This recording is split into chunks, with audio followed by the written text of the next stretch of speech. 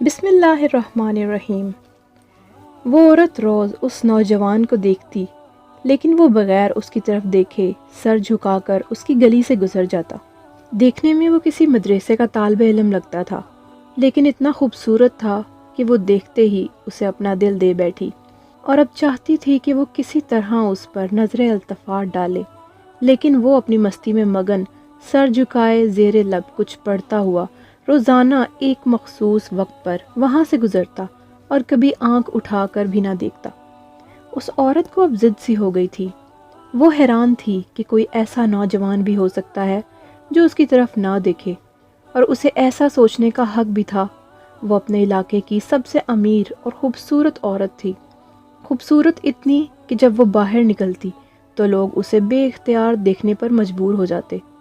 اسے حیرت تھی کہ جس کی خوبصورتی کو دیکھنے کے لیے لوگ ترستے ہیں، وہ خود کسی کو پسند کرے اور وہ مائل نہ ہو، اس کی طرف دیکھنا گوارا نہ کرے۔ اپنی انا کی شکست اور خوبصورتی کی توہین پر وہ پاگل سی ہو گئی، اور کوئی ایسا منصوبہ سوچنے لگی جس سے وہ اس نوجوان کو حاصل کر سکے اور اس کا غرور توڑ سکے۔ آخرکار شیطان نے اسے ایک ایسا طریقہ سمجھا دیا جس میں پھنس کر وہ نوجوان اس کی بات مانے بنا رہ ہی نہیں سکتا۔ اگلے دن جب وہ نوجوان اس گلی سے گزر رہا تھا تو ایک عورت اس کے قریب آئی اور کہنے لگی، بیٹا، میری مالکن تمہیں بلا رہی ہے۔ نوجوان نے کہا، اماں جی، آپ کی مالکن کو مجھ سے کیا کام ہے؟ اس عورت نے کہا، بیٹا، اس نے تم سے کوئی مسئلہ پوچھنا ہے، وہ مجبور ہے، خود باہر نہیں آ سکتی۔ نوجوان اس عورت کے ساتھ چلا گیا۔ اس کے وہم و گمان میں بھی نہیں تھا کہ جو عورت اسے بلا رہی ہے اس کا منصوبہ کیا ہے، وہ کیا چاہتی ہے۔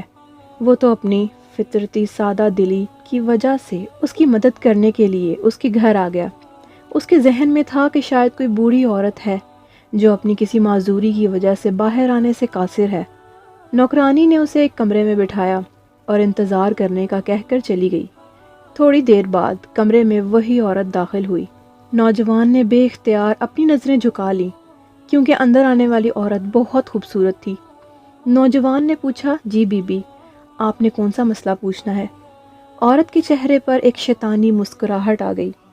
اس نے اپنے دل کا حال کھول کر رکھ دیا اور کہا کہ میری سب سے بڑی خواہش ہے کہ میں ایک دفعہ تمہیں حاصل کر لوں۔ نوجوان یہ بات سن کر کانپ گیا اور کہنے لگا، اللہ کی بندی، اللہ سے ڈرو، کیوں گناہ کی طرف مائل ہو رہی ہو؟ اس نے عورت کو بہت سمجھایا، لیکن عورت پر تو شیطان سوار تھا۔ اس نے کہا کہ یا تو تم میری خواہش پوری کرو گے یا پھر میں شور مچاؤں گی کہ تم زبردستی میرے گھر میں داخل ہوئے اور میری عزت پر حملہ کیا۔ نوجوان یہ بات سن کر بہت پریشان ہوا۔ اسے اپنی عزت کسی بھی طرح محفوظ نظر نہیں آ رہی تھی۔ بات مانتا تو گناہ گار ہوتا، نہ مانتا تو لوگوں کی نظر میں برا بنتا۔ وہ علاقہ جہاں لوگ اس کی شرافت کی مثالیں دیا کرتے تھے، وہاں پر اس پر اس قسم کا الزام لگ جائے، یہ اسے گوارا نہیں تھا۔ وہ عجیب مصیبت میں پھنس گیا تھا۔ دل ہی دل میں وہ اپنے اللہ کی طرف متوجہ ہوا اور اللہ سے مدد چاہی تو اس کے ذہن میں ایک ترکیب آ گئی۔ اس نے عورت سے کہا کہ ٹھیک ہے، میں تمہاری خواہش پوری کرنے کے لیے تیار ہوں، لیکن پہلے مجھے بیت الخلا جانے کی حاجت ہے۔ عورت نے اسے بیت الخلا کا بتا دیا۔ اس نوجوان نے اندر جا کر ڈھیر ساری غلاظت اپنے جسم پر مل لی اور باہر آ گیا۔ عورت اسے دیکھتے ہی چلا اٹھی، یہ تم نے کیا کیا ظالم؟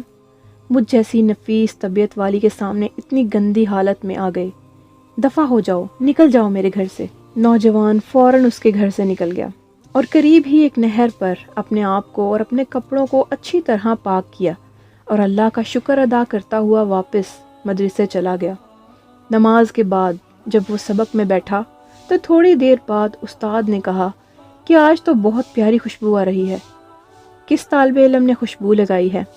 وہ نوجوان سمجھ گیا کہ اس کے جسم سے ابھی بدبو گئی نہیں اور استاد جی طنز کر رہے ہیں۔ وہ اپنے آپ میں سمٹ گیا اور اس کی آنکھوں میں آنسو آ گئے۔